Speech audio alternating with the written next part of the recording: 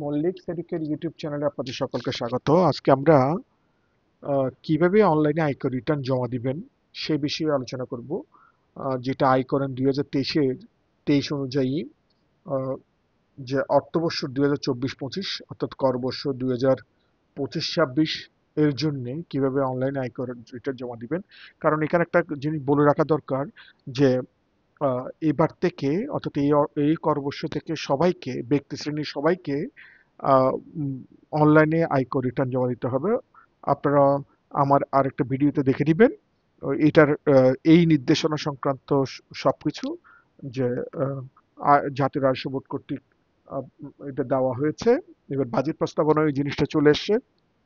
তাহলে আয়কর রিটার্ন জমা দেওয়ার যে নির্দেশিকা সেটা আপনারা আপনারা এটা অবশ্যই জানেন 30শে নভেম্বর 2025-এর আগে আয়কর রিটার্ন জমা দিতে হবে আমাদের সকলকে।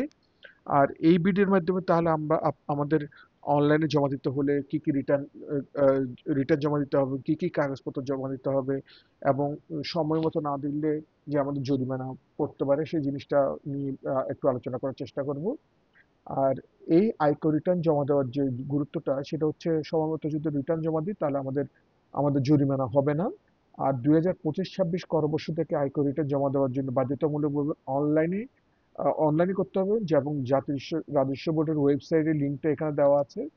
আপনারা চাইলে এখন থেকে অর্থাৎ 1লা জুলাই 2025 থেকে 30শে নভেম্বর 2025 পর্যন্ত যে কোনো সময়ে কিন্তু আয়কর রিটার্ন জমা দিতে পারবেন।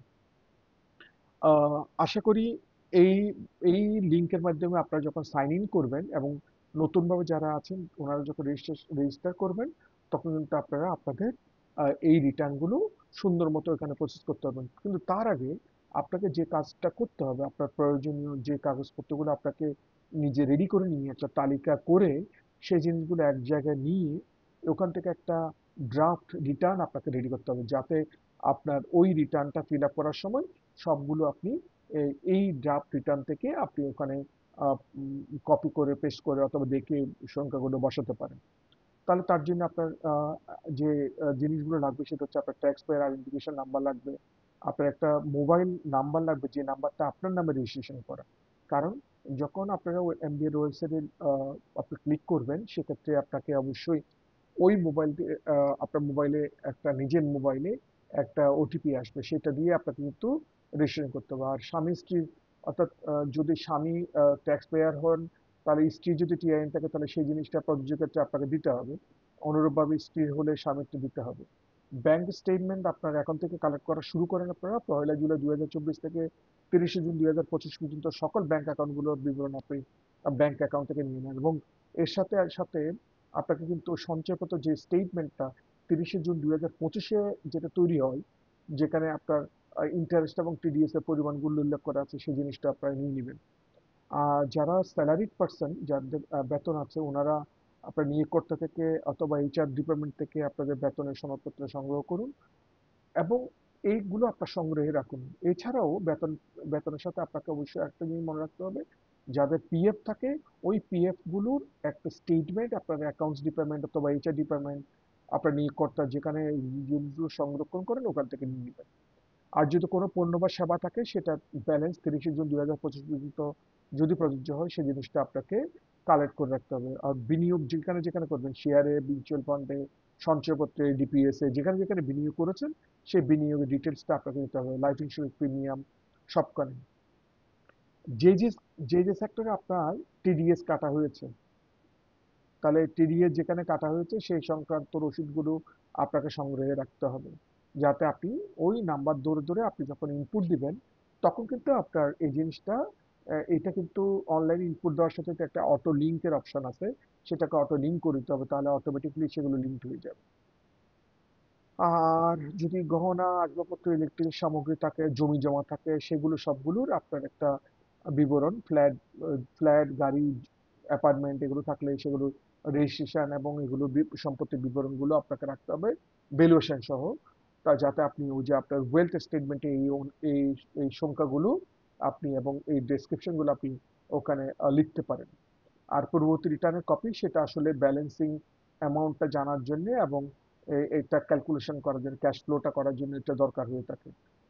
আর অন্যান্য কোনো অর্থনৈতিক কর্মকাণ্ড থাকলে সেই অর্থনৈতিক কর্মকাণ্ডের 1 জুলাই 2024 থেকে 30 জুন 2025 পর্যন্ত এই সবগুলো আয় ব্যয়ের বিবরণীগুলো লাগবে। আর সকল কাগজপত্র সংগ্রহ করে এবং প্রাথমিক রিটার্নটা আপনি প্রস্তুত করুন, তাহলে কিন্তু আপনার জন্য অনেক কাজ অনেক সময় একদম সহজ হয়ে যাবে। আর অনলাইনে রিটার্ন দেবেন কিভাবে? এই ওয়েবসাইটের লিঙ্কে যেটা দেওয়া আছে সেই লিঙ্কে প্রবেশ করবেন, লগ ইন করবেন। যদি যাদের রেজিস্ট্রেশন করা থাকে তারা ওনারা লগ ইন করবেন। রেজিস্ট্রেশন যাদের করা নাই তারা নতুন রেজিস্ট্রেশন করতে হলে নতুন রেজিস্ট্রেশন করবেন, যেটা মোবাইল নাম্বার দিয়ে। আর আয় ব্যয় এবং অন্যান্য তথ্য সঠিকভাবে পূরণ করবেন। যেহেতু আপনার গ্রাফটা করা হয়ে গেছে, ওখানে যখন আপনি ব্যালেন্সিংটা মিলে নিবেন, ক্যাশ ফ্লোটা মিলে নিবেন, তাহলে আপনার ওখান থেকে কপি করে বসাতে আপনার সমস্যা হবে না। আর সবকিছু যাচাই করার পরে একটা ড্রাফট সাবমিট করে ড্রাফটটা নিয়ে তারপর আপনি কিন্তু সাবমিট বাটনে ক্লিক করবেন। আর এরপরে সাবমিট বাটন ক্লিক হলে আপনি কিন্তু আপনার ওই যে পিএসআরটা ডাউনলোড করতে পারবেন। এবং প্রত্যেকটা স্টেপ বাই স্টেপ যদি আপনি অনুসরণ করেন তাহলে আপনার রিটার্নটা ইজি ভাবে আপনি কিন্তু সাবমিট করতে পারবেন। এটা অনলাইনে এমন কোনো সমস্যা হয় না। আর একটা বিশেষ জিনিস আপনারা মাথায় রাখবেন, সেটা হচ্ছে শেষ সময়ের জন্য অপেক্ষা করবেন না, এখন থেকে শুরু করেন। 1 জুলাই থেকে প্রস্তুতিটি শুরু করে দিয়ে আপনারা এর মধ্যেই আপনারা শেষ করে ফেলেন। আর ভুল তথ্য জরিমানার কারণ হতে পারে সেটা, সুতরাং আপনারা সঠিক তথ্য প্রদান করবেন। আর যদি অনেক কিছু জিনিস না বুঝে থাকেন তাহলে অবশ্যই ট্যাক্স কনসালটেন্ট বা মানে ট্যাক্স বিশেষজ্ঞদের পরামর্শ নেবেন। আর আরো যদি নতুন নতুন আপডেট থাকে সেগুলোর জন্য আপনারা এমবিআর এর ওয়েবসাইটটাতে অবশ্যই ভিজিট করবেন, সেখানে কিন্তু নোটিফিকেশন গুলো চলে আসে। যদি এই ভিডিওটি ভালো লেগে থাকে তাহলে অবশ্যই সাবস্ক্রাইব করবেন এবং বেল আইকনে একটু ক্লিক করবেন, তাহলে পরবর্তী ভিডিওর নোটিফিকেশন গুলো পেয়ে যাবেন। আশা করি আমাদের এই ভিডিওটি আপনাদের জন্য আপনার রিটার্ন জমা দেওয়ার প্রক্রিয়াটাকে সহজ করবে। আর যদি কোনো কিছু জানতে চান তাহলে আমাকে মেইলে জানাতে পারেন, ফোনে জানাতে পারেন, আমি চেষ্টা করবো আপনাদের জিজ্ঞাসাগুলো উত্তর দেওয়ার জন্য। আর এই ভিডিওগুলো দেখার জন্য অশেষ অশেষ ধন্যবাদ।